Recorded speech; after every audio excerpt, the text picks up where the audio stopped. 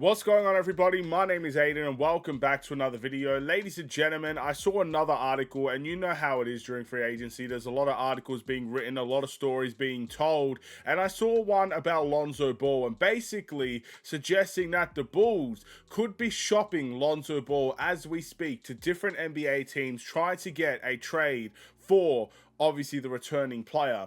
Now, with that being said, a very interesting topic of discussion and one that brings the question about whether or not it is likely that we see Lonzo Ball out of the Chicago Bulls by the upcoming free agency period and next season as well.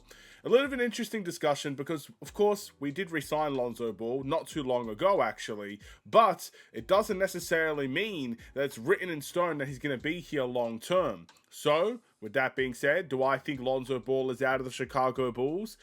I guess we're going to have to talk about it in this video. But before we get any further, if you like the video and you want to see more from me, drop a like, drop a follow, and or subscribe if you are new. And let me know in the comments below whether or not you believe the Chicago Bulls will trade Lonzo Ball. But I guess let's just say before next season begins. Because obviously if next season begins, we don't necessarily know what can happen mid-season. Anything can go wrong, anything can go right. And that will definitely impact what the Bulls do for their decisions. But the off-season, there's not a lot that can impact what they decide to do. It's either they really feel like they should go for it or they really feel like they should stay put. So what could send Lonzo Ball to a different team? Well, for starters, his contract now has become very team friendly.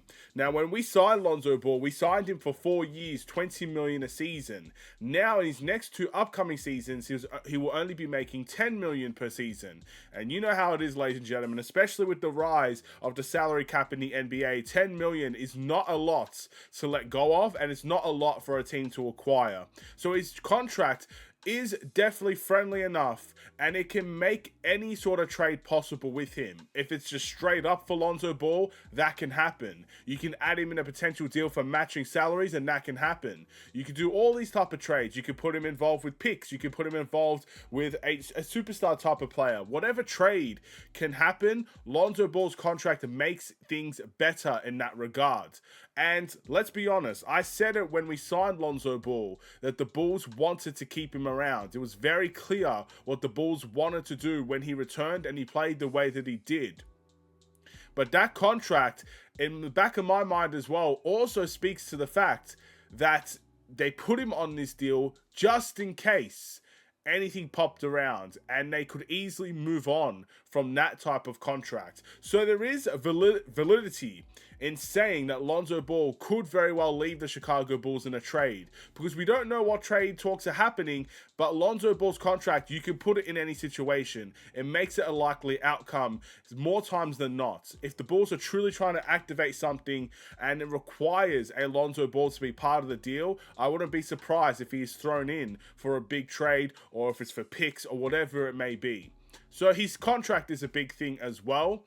The second thing that I think makes Lonzo Ball likely target to get traded is the fact that he did get injured again this season. Now, it's not his leg, and I'm not going to sit here and say that the injury is definitely going to ruin his chances with the Bulls. It was a wrist injury, if I'm not mistaken. But the wrist injury seems like if he ever got hurt again, it would only aggravate it further. So another injury with Lonzo Ball where it seems like it's going to be a lingering injury.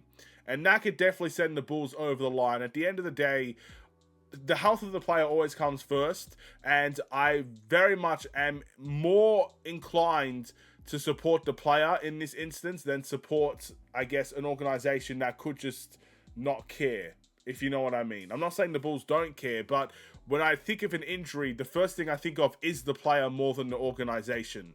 The organization is a second thought compared to the first thought. So yes, these injuries are hurting Lonzo Ball probably more than anyone.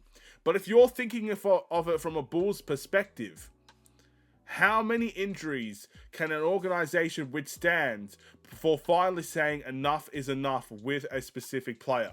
How many injuries does it take? With Derrick Rose, there was lingering and numerous injuries before we said that is enough, and they decided to trade him, and his role got diminished to the point where they didn't feel like he would be the point guard of the future. And whether we liked it or not, the Bulls decided to do that.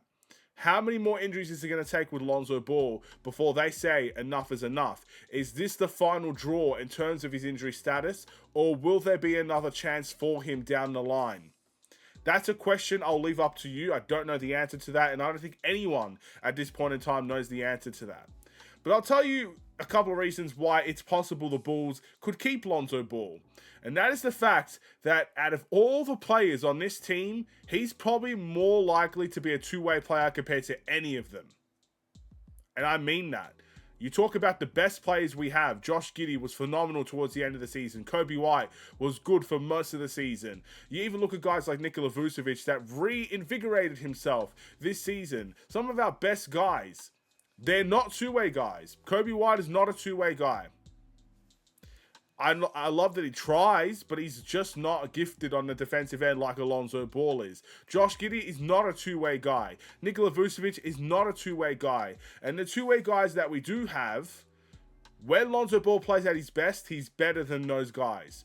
So that's a reason why they could keep him around. A team that sucked on the defensive end, a team that could not find themselves defensively, you could use a guy like Lonzo Ball off the bench or even starting to improve your defensive capabilities. The second thing is, he did make an impact on this Bulls team when he started games. There were a couple of moments off the bench where, again, the defensive end got really stagnant and it wasn't really impactful. And then when Kobe White had to sit out for a bit and Lonzo Ball came into the starting lineup, the defensive mindset changed with this Bulls team. So even if he's not making the biggest impact statistically, and even if he's not necessarily playing to his contract's worth, what he brings to the defensive end is very impactful and is very meaningful. And again, it reminds me of an Alex Caruso type of player where statistically speaking, he may not always be present. Statistically speaking, he could very well be... Again, if you look at Alex Caruso's stats, more times than not, you would just not see what he's all about. With Lonzo Ball, it could be very similar. If you just look based on stats, you don't see much. But impact on the court, his leadership defensively, those are things that you want to keep around. And especially if you're really trying to go for that competitive edge, having a guy like Lonzo on $10 million a season, let's just say you do make the playoffs and you're good enough to make the playoffs, having someone that could be your defensive instructor in those type of environments is a very valuable asset to have. And yes, we got rid of one of them with Caruso, and we did get Josh Giddey in return, and I think at the end of the day, that is something we can live with. But to see the second one go, if we're trying to take this new competitive edge, unless you bring a defender back, and I mean a defensive leader back, someone that could do, I guess, a two-way role back, it will hurt the Bulls to see Lonzo Ball go. So to sum it up, to answer the question, positives and negatives, he could stay, he could go. Are the Bulls likely shopping him?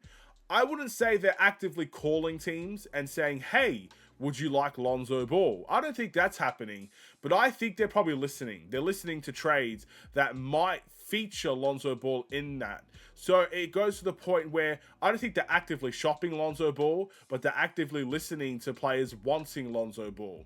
And that could very well lead to him leaving the Chicago Bulls. It may be an unwanted situation, but something that could be too good to refuse if something valuable comes back in return. That's where I think Lonzo Ball's value is. And if we don't get something of significance back, then I just don't see him leaving the Chicago Bulls next season, or at least this off-season. Maybe mid-season could be a possibility if he gets injured again, for example, or maybe he plays so well out of his mind that once again, teams start pouring in with ridiculous offers. Those are the ways that I see Lonzo Ball leaving next season. But in this off-season, I think it has to be in a combo type of deal, or it has to be, you know, the Bulls listening to it, but not actively pursuing it, if you know what I mean. We'll have to figure it out now, won't we? I don't think anyone truly knows at this point in time, but that's my answer. That's what I think is happening with Lonzo Ball. Do you agree? I'll see you in the next one. Stay safe, stay healthy, and stay tuned for more. Take care, and peace.